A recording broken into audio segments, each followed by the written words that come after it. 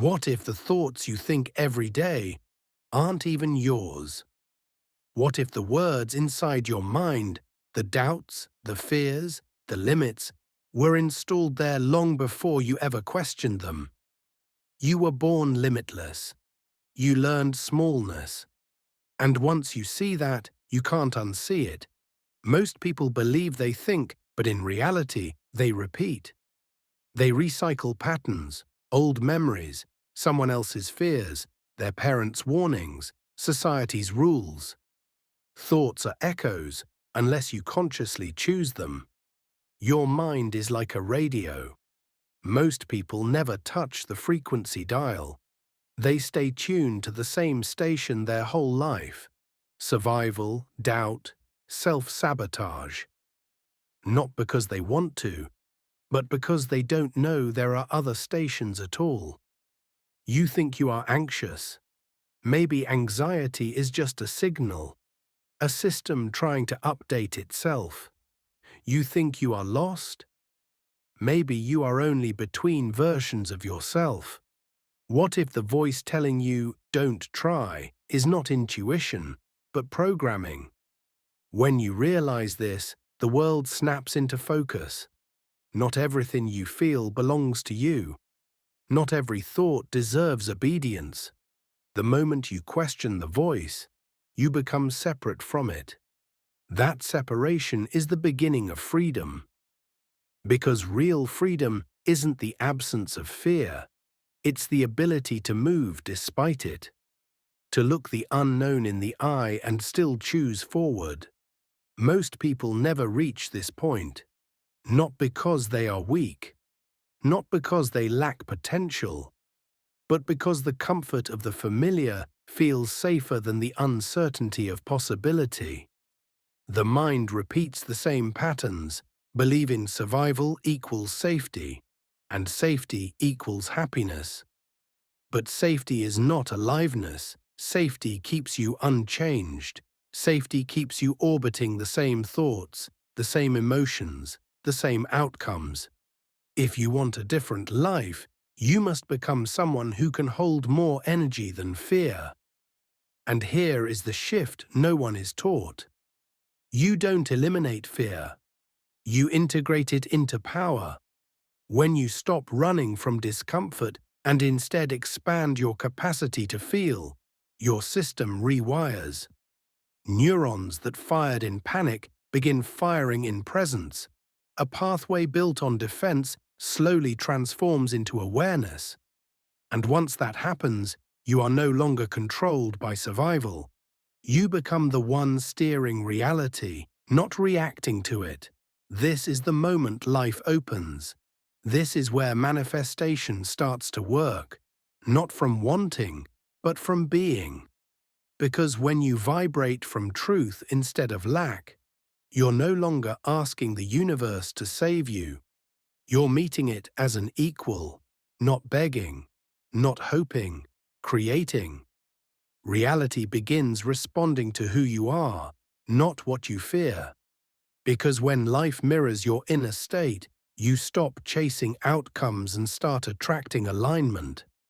Not through force, not through control, but through coherence, a nervous system that no longer sees the unknown as threat, but as invitation. This is the true shift of consciousness. When the body is no longer ruled by past memory, the future becomes accessible. You feel a new kind of pull, not push, but pull, as if something ahead is already calling your name. You act without hesitation, not because fear is gone, but because clarity is louder. You speak your truth without shrinking. You move even when your hands shake. You step into rooms you once felt unworthy of, and suddenly you realize the door was never locked. You were waiting for permission that was always yours to give. And here's where people transform. When you stop negotiating with limitations and start identifying with possibility. When you choose expansion over protection. When you hold the sensation of fear and breathe into it until it becomes neutrality, until it becomes power, because the universe doesn't respond to who you wish to be.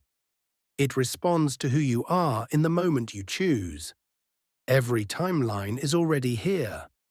The version of you who is free exists. The version of you who feels peace exists. The one who creates instead of copes exists. And the only difference between you and that reality is the amount of sensation you are willing to feel without collapsing back into the old story. That is the doorway. Not effort, access, not control, capacity. Your life expands to the size of what you can hold. And when you increase that capacity, the world you meet expands with you, not gradually, quantumly. Because consciousness doesn't change linearly, it jumps. One moment you feel stuck inside the old identity, and the next you see that you were never trapped, only unpracticed in the frequency of freedom. This is why breakthroughs feel like remembering, not learning, like coming home to something ancient inside you instead of discovering something new.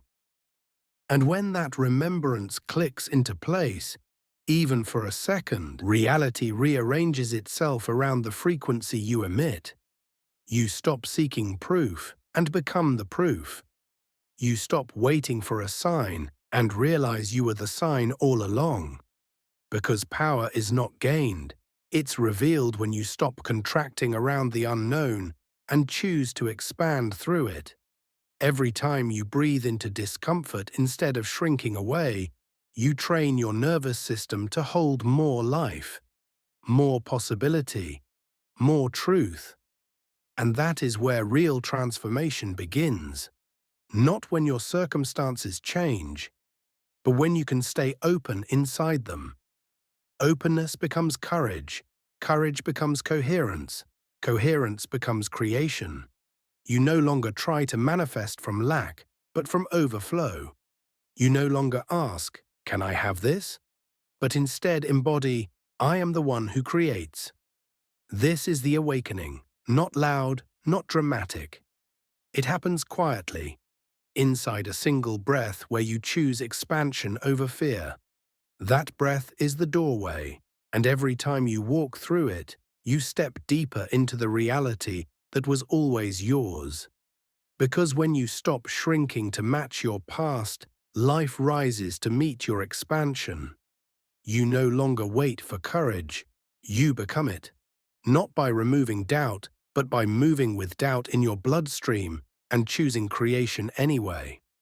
That is mastery. Not perfect calm, but capacity. Capacity to hold emotion, capacity to stay present, capacity to feel intensity without running from it. And when your nervous system learns this, reality reorganizes around you. Opportunities appear not because they were absent, but because your perception finally widened enough to see them. Connections deepen. Ideas land like lightning. Synchronicities multiply. Not because magic arrived, but because you removed the walls that kept it out. Freedom is not a peak you climb. It's a frequency you stabilize. A state where fear is allowed, but not obeyed. Where desire guides more than doubt. Where possibility feels more familiar than pain. And that's the moment you realize awakening isn't something you achieve. It's something you remember. You were never small. You were never lacking. You were simply trained to forget. Now you are here, remembering, reclaiming, rewriting the internal physics of who you believe yourself to be. And there is only one question remaining. How much power are you willing to allow into your body before the mind tries to shrink again? If you can hold more sensation, you can hold a bigger life. That's the work. That's the doorway.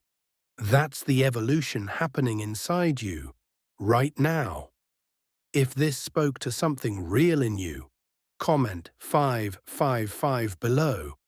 not as superstition, but as a signal to yourself that you are choosing expansion. Like the video, share it forward, and subscribe if you want to go deeper into nervous system alchemy, identity shift, and the physics of consciousness. Your breakthrough isn't coming.